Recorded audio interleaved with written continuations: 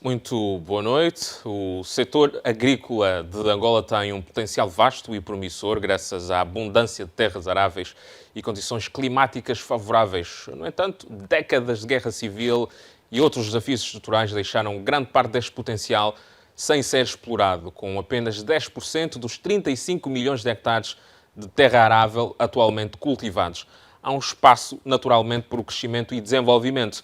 Nos últimos anos, Angola tem-se esforçado para revitalizar a agricultura como um meio de diversificar a economia, reduzir a dependência do petróleo e garantir a segurança alimentar da população. É nosso convidado na edição desta sexta-feira da entrevista Zimbo, Argileu Martins da Silva, especialista brasileiro em agronegócio e agricultura familiar. Argileu, boa noite. Muito obrigado por ter aceitado o nosso convite. Como acabei de dizer, Angola tem uma grande extensão territorial, tem terras aráveis, terras agricultáveis, tem água, enfim, e algumas organizações internacionais, como a Agência Francesa de Desenvolvimento ou mesmo o Banco Mundial, dizem que é o país com o maior potencial agrícola ao nível da África subsaariana. Mas o país é um grande importador de alimentos. Este é um paradoxo que nos deve preocupar. É verdade. Boa noite para você, Jacinto, e para todos os telespectadores. De fato, agora não me preocupa vocês serem importadores de alimento nesse momento. O potencial de Angola está explícito, todos conhecem, o mundo inteiro conhece, inclusive o mundo dos negócios. E inclusive vocês também conhecem, você acabou de fazer esse relato. E há muitas vantagens comparativas com relação às terras cultiváveis e ao agronegócio em Angola, né? É sempre bom lembrar que a população mundial continua crescendo, a população angolana continua crescendo e as pessoas comem, então é necessário. Agora, por que não me preocupa vocês ainda importarem alimentos? Porque o Brasil, há 40 anos atrás, importava alimentos e hoje nós somos, no Brasil, o terceiro maior exportador de alimentos do mundo, ficamos atrás apenas dos Estados Unidos e da União Europeia. Como um todo. Como um todo. Isso foi uma revolução de inovação tecnológica em apenas 40 anos e nós deixamos de ser importadores de alimentos para serem exportadores e um player do agronegócio mundial. E tenho a certeza que o Argileu também contribuiu muito para este desenvolvimento que o Brasil teve nos últimos anos que tem trabalhado no setor. Sei que há mais de 40 anos, mas para o público angolano, quem é Argileu da Silva? Um sociólogo que está a trabalhar há décadas no setor agrícola. Então, eu sou um filho de produtor rural que mexia com bovinos, né, que mexia com gado e que foi para um colégio agrícola e depois foi para a universidade e entrou no mundo da agricultura e ocupei alguns cargos, né, tanto em algumas províncias brasileiras como no próprio governo federal, buscando tratar o setor agropecuário e humanizando o setor agropecuário para simplificar a conotação que nós produzimos milho, carne, soja, mas são pessoas e os países precisam pensar nas pessoas e todo o desenvolvimento tem que ser focado nas pessoas. Isso é muito importante. Então, em qualquer segmento, seja ele o petróleo, minérios, seja ele a agropecuária, você tem que pensar nas pessoas. No nosso país, a agricultura familiar de subsistência lidera a produção. Estamos a falar de mais de 90% da produção vem da agricultura familiar, mas deste número, 66% ainda é feita com recursos a enxadas e a meios manuais. O restante é que é aproveitado pelas empresas. Como é que nós podemos verdadeiramente transformar este grande potencial instalado da agricultura familiar? Porque já vimos que as pessoas têm força e vontade para trabalhar.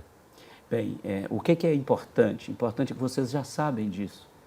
E nós demoramos um bom tempo no Brasil para discutir a capacidade da agricultura familiar, né? Lembrando sempre que o conjunto da agropecuária, e poderemos dizer, quando você pega a montante e a jusante da produção, né, e nós chamamos isso de agronegócio, tem uma capacidade, por isso esse setor é estratégico para o desenvolvimento, olha, de interiorizar o desenvolvimento. Quando você investe em agricultura, especialmente na agricultura familiar, você está interiorizando o desenvolvimento. As pessoas na cidade não produzem comida. Quem produz alimentos são as pessoas que estão no campo. Mas nós sabemos que a cidade fascina as pessoas por um conjunto de facilidades. Então, cabe ao Estado angolano criar condições para que as pessoas que estão no campo produzam e produzam com dignidade.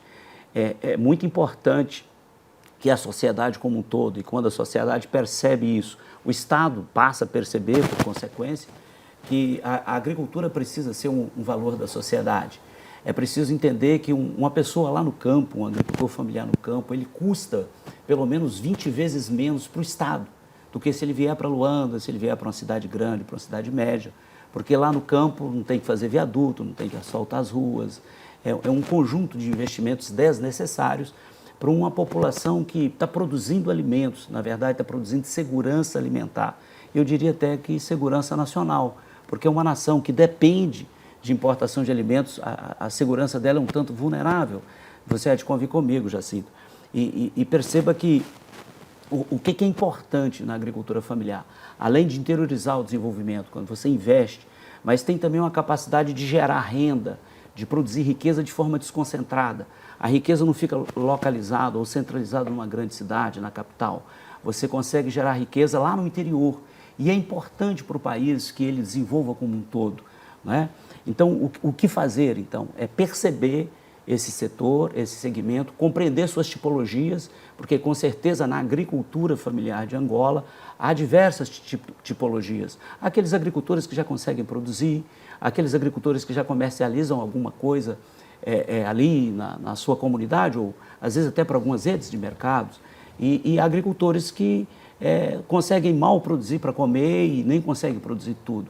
Então, quando a gente compreende essas tipologias, você consegue ter ações e políticas públicas, políticas agrícolas, voltadas para essas pessoas com essas tipologias.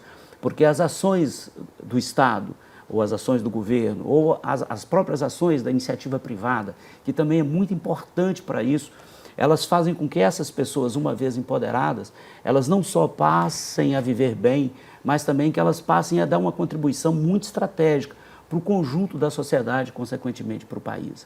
Há dois desafios recorrentes na agricultura familiar de uma maneira geral. O primeiro deles é o acesso à informação, o acesso à tecnologia. Isso é muito importante, né? Que os agricultores familiares, como as pessoas da cidade, tenham acesso a informações e acesso às tecnologias. E compreender o que é que resulta para um ou outro campo, o que é que resulta para uma ou outra época. Como é que foi no caso do Brasil? Porque o Argílio disse que o Brasil demorou um pouco para compreender o papel fundamental que a agricultura familiar tinha. Nós compreendemos, mas não somos capazes de materializar uma visão.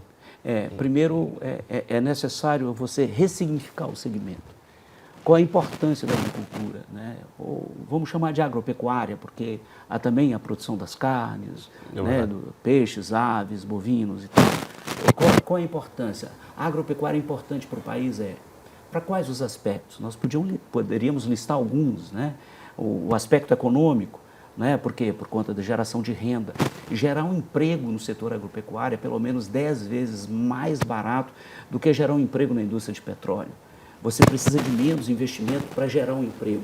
Para manter uma ocupação, e o que seria isso, né? A pessoa que está no campo, ela continua lá trabalhando e produzindo, gerando riqueza para ela e para o conjunto do país. Isso custa pelo menos 10 vezes mais barato do que você gerar um emprego na indústria do petróleo, do que gerar um emprego aqui na cidade. Olha a quantidade de investimento que eu preciso fazer para produzir um emprego na cidade, numa cidade grande, né? Eu pego transporte, segurança, né? Infraestrutura.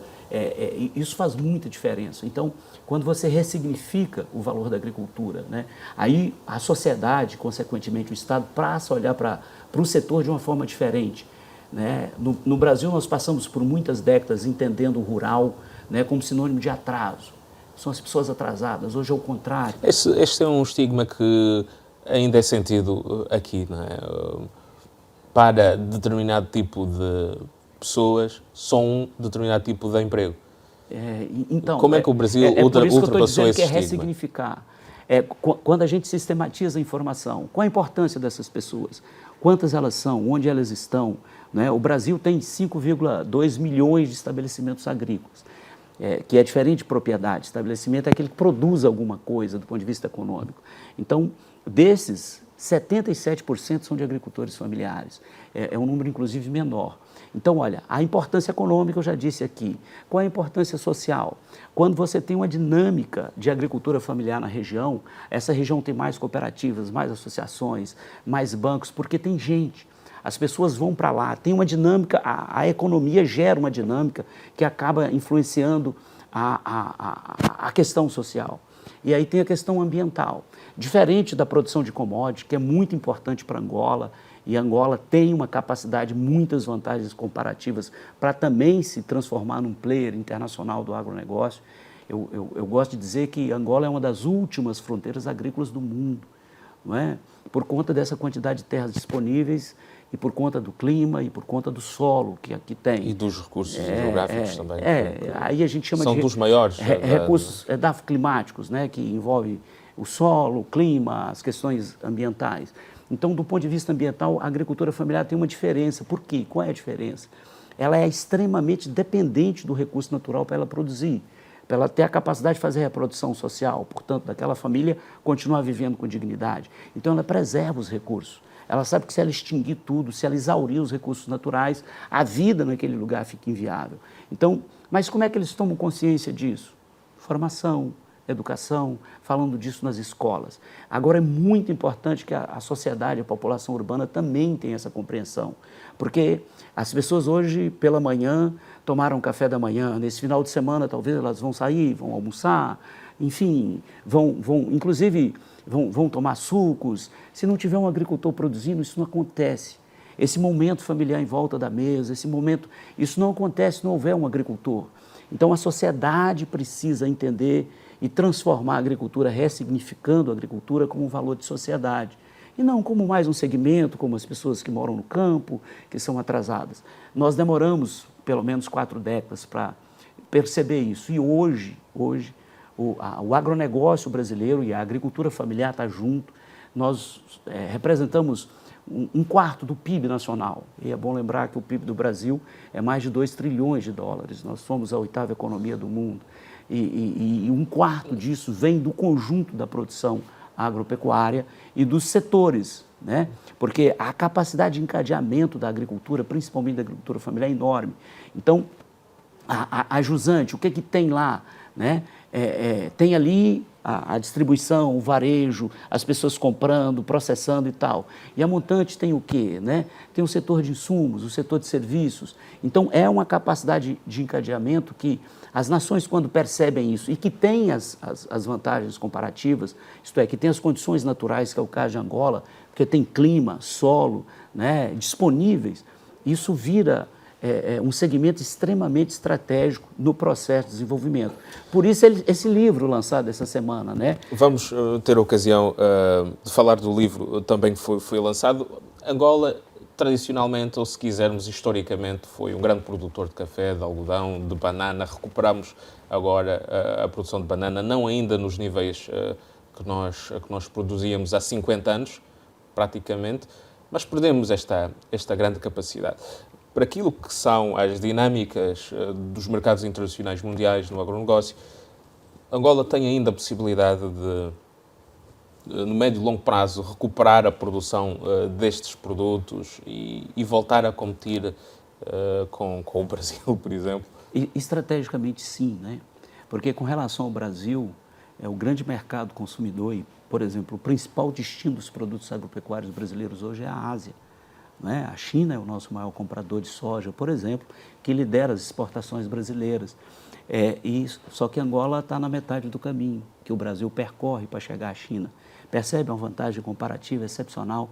Então, assim, e tudo é custo, né? O fluxo de comércio nesse continente, especialmente em Angola, que já tem uma experiência na exportação de petróleo, por exemplo, não é? É algo que é um caminho que o país já trilhou. Aproveitar outros saberes e aplicar na agricultura. O país já trilhou. Agora, você não consegue isso em algumas coisas, porque não tem espaço vazio no fluxo de comércio e não tem espaço vazio no mundo das commodities, seja ela agrícolas, minerais, sejam quais forem. Por exemplo, o Brasil é o maior produtor, pegando o exemplo do café, o Brasil é o maior produtor de café hoje do mundo, produz 1/3 do café mundial, mas o segundo é o Vietnã, não é?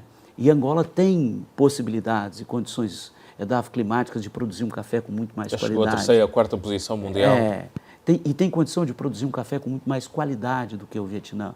E percebe? Então, são as vantagens comparativas que, com muitas ações, com atividades, né, com políticas agrícolas bem definidas, estruturadas, com a boa rede de investigação, com a boa rede de assistência técnica, de extensão rural, né, com políticas de mercado, você consegue, trazendo o poder público e a iniciativa privada sempre, você consegue transformar as vantagens comparativas em vantagens competitivas. Então, eu acredito que Angola pode ser, sim, e pode competir com todos os países, inclusive o Brasil, não é? Muito bem, hoje vamos fazer aqui um rápido intervalo nesta entrevista Zimbo, assim que nos está a acompanhar, não saia daí, há muito mais para conversar nesta edição da entrevista Zimbo. Estamos de volta a esta entrevista a Zimbo. Estamos a conversar com a Argílio Martins, do Brasil. Está a partilhar connosco a sua experiência em matéria de agronegócio, agricultura familiar. Boa noite, uma vez mais. Gostava de olhar, nesta parte da nossa entrevista, para o tipo de cooperação que Angola pode ter com o Brasil, que é uma potência do agronegócio, um país que fala em português como nós falamos, partilhamos a língua, partilhamos a história. De que maneira que a nossa cooperação pode ser mais frutífera? Bem, eu diria que o atual governo do Brasil estabeleceu Angola como um país estratégico no campo da cooperação. Há um memorando assinado, né, entre os dois presidentes. Isso facilita muito as cooperações e abre muitos caminhos. Agora, efetivamente, né, há muitas universidades de ciências agrárias no Brasil que destinam vagas para jovens angolanos. E nós sabemos que Angola forma menos de 3 dezenas de agrônomos por ano. Então, não é um número baixíssimo para as ambições do país. Muito baixo. Né? Então, primeiro é necessário formar pessoas. O Brasil, quando se criou a Embrapa, que hoje é uma empresa de referência internacional e que tem uma participação enorme naquilo que o Brasil é. O que é a Embrapa? A Embrapa é a empresa de investigação em agropecuária brasileira, não é? E o que a Embrapa fez, né? E que hoje pode ser cooperado com Angola de uma forma muito natural. Né? Até os anos 70 nós cultivávamos as nossas terras como os europeus cultivam, só que nós temos um clima tropical como Angola tem, e os europeus têm um clima temperado, então eles revolviam o solo, porque eles precisavam botar o gelo para baixo, para o gelo derreter, então eles cultivavam. E nós começamos a fazer isso, usar os mesmos equipamentos, as mesmas ferramentas, e isso fazia com que o nosso solo sofresse muita erosão. E a camada fértil do solo está nos primeiros 20 centímetros, e depois disso o solo não tem muito mais nutrientes para as plantas. Portanto, este tem um entendimento que é E o que o Brasil fez? O Brasil, via Embrapa e via suas universidades, desenvolveu um sistema de agricultura tropical único, que está disponível para todos. Né? Então, hoje nós não revolvemos mais o solo. Então, nós desenvolvemos a tecnologia do plantio direto. As empresas de máquinas tiveram que adaptar as suas máquinas, então hoje nós não revolvemos. Nós já colhemos, a máquina colhe a soja, por exemplo, ou o milho, e já tem a máquina atrás, já está plantando outro grão na sequência, né, e fertilizando o solo. Isso faz uma diferença do ponto de vista de economia de insumos, do ponto de vista do carbono, né, porque quando você revolve o solo, você está jogando carbono na natureza. Então, assim... Tanto olhar também já por o tema da sustentabilidade, que hoje em dia domina agendas. Então, assim, o Brasil conseguiu sistematizar um sistema de produção tropical. Então, nós hoje somos uma referência de agricultura tropical no mundo. E essa agricultura tropical já está em cooperação com Angola. Nós temos professores da Universidade de Lavra, em parceria com a Seiva, com Jardins de Oba, desenvolvendo e implementando aqui variedades de arroz, por exemplo, de arroz de terras altas, né, que nós chamamos de arroz de sequeiro. E isso é excepcional. Né? Nós temos variedades de milho sendo trazido para cá, Então, a cooperação já existe, ela precisa ser intensificada e eu acredito também, Jacinto, que é necessário você sistematizar uma política agrícola, né, com as suas diversas variáveis, que vai para o campo da investigação, vai para o campo da extensão rural, da assistência técnica. Parece que o nosso olhar é muito direcionado para a produção, havendo outras áreas que devem ser exploradas e crescer enquanto cresce a produção. Então, assim, é por isso que eu disse que no começo que você tem que tratar o setor agropecuário, portanto, o agronegócio, que aí envolve o que está montante e ajuizante das propriedades, das fazendas, da produção, como um setor estratégico. Quando você faz isso, quando a sociedade reconhece isso, né, que ela só está almoçando, jantando, tomando café da manhã e tal, porque tem alguém produzindo, e é muito importante que seja alguém produzindo em Angola, né? Só de você substituir as importações, eu não tenho na memória aqui, isso está aqui já nesse livro. Já reduz significativamente o impacto sobre as divisas? A quantidade de dólar que Angola economizaria se ele parar de importar alimentos. Ah, sim, o Brasil, não tem problema. Há mercado para todos, né? E o mundo não para de crescer. E temos aqui uma região austral também que poderíamos aproveitar melhor. E porque nós falamos em parceria, nós temos claramente a agricultura familiar de subsistência a dominar a exploração agrícola no país, mas temos pouquíssimas empresas. Que tipo de cooperação é que pode surgir entre as empresas e os agricultores familiares? O Brasil tem uma experiência de 3 décadas num programa de fortalecimento da agricultura familiar. Esse programa, ao longo dos anos, eu tenho o prazer de ter participado dele, né? Lá no meados dos anos 90 e até 2019 eu participei intensamente dele, que é um programa que tem um conjunto de estratégias no campo da formação, da investigação, da assistência técnica e da comercialização, né? E o que é isso importante? Nós podemos pegar um exemplo que vai ser compreendido por todos os cidadãos, as cidadãs angolanas. A merenda escolar, né? De onde ela vem? Né? Possivelmente de alguma indústria que está aqui em Luanda ou em uma cidade grande de Angola. Ela poderia vir da agricultura familiar, porque as escolas que estão lá no interior têm sempre algumas propriedades perto. E olha, percebe a capacidade de organização da produção nesse aspecto. O que o Brasil fez, né? Primeiro, você tem que pegar essas propriedades de subsistência e fazer com que haja ali, por meio da inovação tecnológica, da tecnologia, algumas coisas. O crescimento da produtividade do trabalho, o crescimento da produtividade das coisas que eles cultivam, das coisas que eles criam, seja animais ou sejam plantas. E isso é fácil fazer. Esse conhecimento já existe e você precisa organizar a produção. Então, se eu tenho uma escola e eu tenho algumas propriedades do lado, por que essa escola não pode comprar? É mais cômodo receber caixas de biscoito da cidade grande, da indústria, mas percebe que geramos valor nas comunidades que os filhos também desses agricultores estão nessa escola. Né? Primeiro, você trabalha a autoestima, porque eles vão comer o que eles produzem nas propriedades deles. Segundo, que você vai começar a gerar renda descentralizada lá no interior, né, com esse recurso. Bom, mas e como que o Brasil fez isso? Nós construímos um projeto de lei e que todo o dinheiro que ia no Brasil funciona assim hoje, o dinheiro que vai para a merenda escolar, no mínimo 30% dele obrigatoriamente tem que ser comprado da agricultura familiar. É uma lei nacional. Então, isso faz com que os agricultores que vendem para as escolas, eles precisam... Tenham já esta garantia. Mas eles precisam vender produtos de qualidade.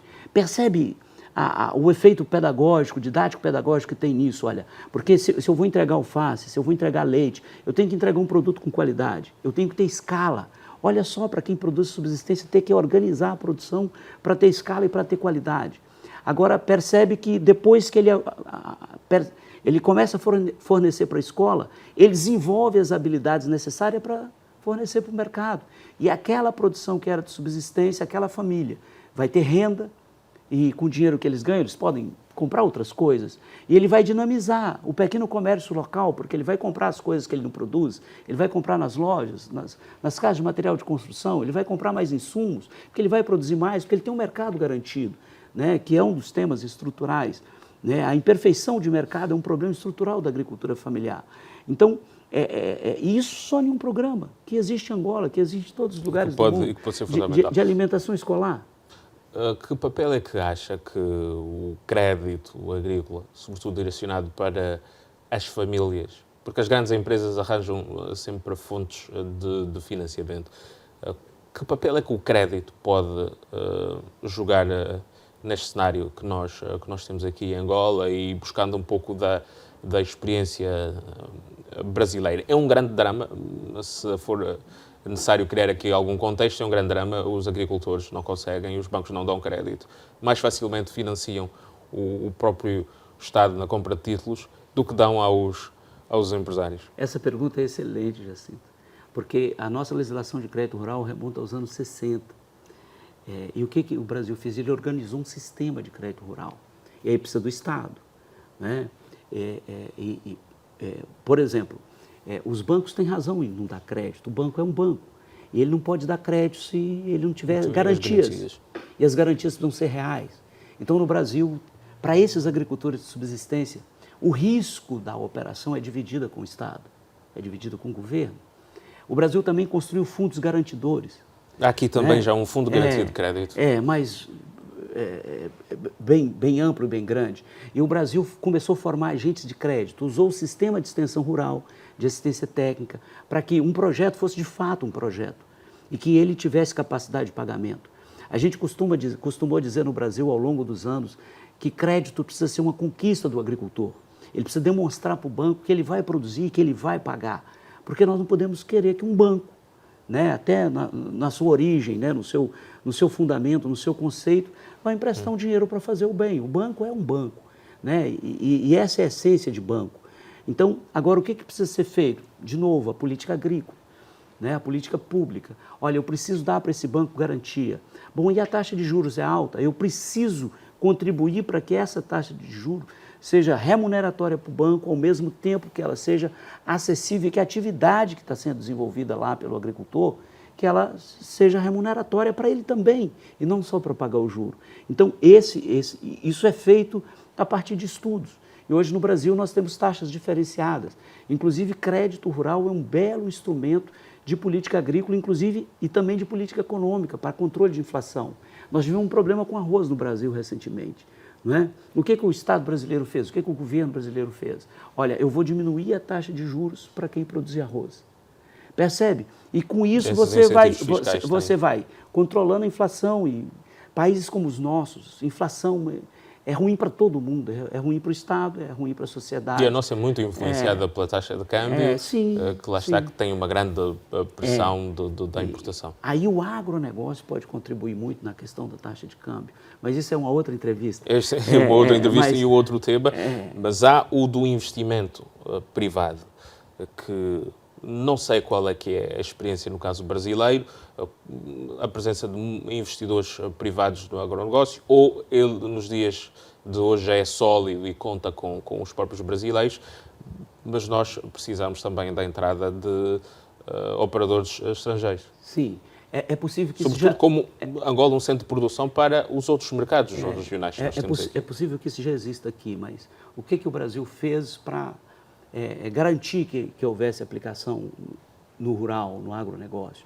Primeiro, ele estabeleceu um limite para que os depósitos à vista, né, parte deles fosse destinado ao financiamento rural, né, e aí a diferença do juro do mercado para os juros que é emprestado para o agricultor, o Estado cobre, o Estado paga essa diferença. Isso aconteceu por um tempo. Agora, o grande agronegócio brasileiro, o Brasil não consegue mais. O Brasil lançou há 2 semanas atrás um plano safra de 540 bilhões de reais. Divide por 5, sabe quantos bilhões de dólares, né? 1.000 milhões de dólares é o plano safra, e ele não é suficiente. Então, o Brasil hoje tem uma legislação que permite fundos de investidores, seja eles quais forem, né? E esses fundos, eles têm uma alíquota de tributo menor, para que as pessoas aportem, né? A gente chama de FIAGRO. Há uma legislação que trata disso. E é através desses fundos que o grande agronegócio brasileiro busca, né, o seu capital, o capital de giro, o capital de investimento. Agora, eu quero dizer para você que sem crédito não existe inovação. O agricultor que vai sair da enxada para um microtrator... E a mecanização, um outro problema que nós temos no país. Ele precisa de crédito. Porque se ele não tiver crédito, como que ele vai comprar um trator? Como que ele vai comprar uma plantadeira manual? Como é que o Brasil fez, já para olharmos para este livro, como é que o Brasil fez esta este salto na mecanização agrícola e na adoção de novas tecnologias. Nós temos este livro que foi apresentado esta semana, o impacto transformador do agronegócio, motor de desenvolvimento para Angola. É um livro que conta com vários artigos de vários especialistas brasileiros. Queres falar-nos um bocadinho e também de argentinos, tem pessoas de 4 países diferentes. 4 países. Esse livro, na verdade, ele aponta alguns caminhos, né, para como que o agronegócio que pode impactar a economia e o processo de desenvolvimento angolano. O que os autores, né, apoiados pela Fundação Ondila e pela Associação Seiva, que organiza eventos periodicamente aqui em Angola, estão demonstrando no livro é o seguinte: olha, aqui tem um conjunto de cases, não somente no Brasil, mas em outros países, que funcionam.